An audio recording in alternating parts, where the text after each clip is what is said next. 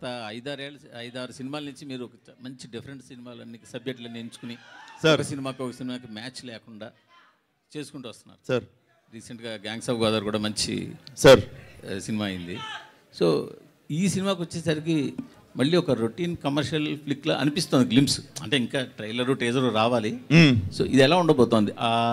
ఆ వైవిధ్యం మెయింటైన్ చేస్తున్నారా, లేకపోతే మధ్యలో సరదాగా రొటీన్ సినిమా చేద్దామని ఏమైనా చేస్తున్నారు?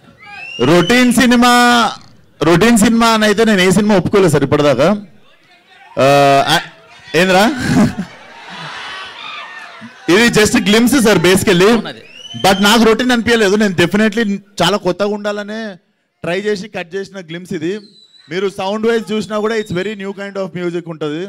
సో సినిమా కూడా డెఫినెట్లీ నాకు కొన్ని ఇష్టమైన సినిమాలు చెప్తాను మీకు ఇంగ్లీష్లో. నాకు ఇష్టమైన సినిమాలు బేబీ డ్రైవర్ అని ఒక సినిమా ఉంది, డ్రైవ్ అని ఒక సినిమా ఉంది ర్యాన్ గాస్లిన్ది. సో నేను ఈ సినిమాలో చూస్తూ పెరిగింది అనమాట. సో నేను చేద్దాం అనుకున్న లిస్ట్లో నాకు ఒక 30 సినిమాలు ఉన్నాయి. So definitely every film I do నన్ను అంటే నేను ఆడియన్గా నేను చూడాలి అనుకునే సినిమాలే చేసుకుంటూ వచ్చిన. So this is also one of that film. మీరు గామె చూసినా గ్యాంగ్స్ ఆఫ్ గోదావరి చూసినా కూడా ఆడియన్గా నేను చూద్దాం అనుకున్న సినిమా అది.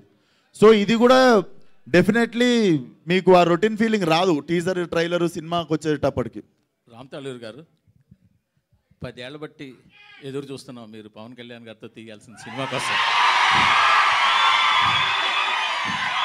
అసలు యాక్చువల్గా ఇప్పుడు పవన్ కళ్యాణ్ గారు ఒప్పుకున్న సినిమాలు అన్నింటికన్నా ముందు సినిమా మీది మాకు తెలిసి.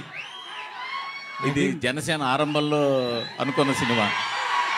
అది ఎప్పుడు కనీసం కొంచెం అప్డేట్ ఇవ్వగలరా దాని గురించి? అంటే ఇప్పుడు మన చేతిలో ఏం లేదు కదా సార్, మీకు తెలుసు కదా ఏం జరుగుతుందో. అంటే మీ సైడ్ స్క్రిప్టు, మీరు సురేందర్ రెడ్డి గారు స్క్రిప్ట్ లాక్ చేయడం కానీ మిగతా ఆ వర్క్ అంతా మీ సైడ్ ఉంటుంది కదా? నా సైడ్ వర్క్ అంతా అయిపోయింది సార్. స్క్రిప్ట్ లాకింగ్ అయిపోయింది, పూజ అయిపోయింది, అన్నీ అయిపోయాయి. ఇక నెక్స్ట్ అంతా ఆయన చేతిలో ఉంది. కలిసారా ఈ మధ్య? కలిసారా? మొన్నే కలిసాను సార్, 1 వీక్ బ్యాక్ కలిసాను. సినిమాలు చేస్తా ఉన్నారా? అది ఈ సినిమా కదా, అసలు సినిమాలు చేస్తా ఉన్నారా? అంటే అది ఇప్పుడేం చెప్పలే నేను, బట్ ఆయన వీలు చూసుకొని చేయొచ్చు. విశ్వక్ సేన్ గారు సార్ ఇక్కడ విశ్వక్ సేన్ గారు సార్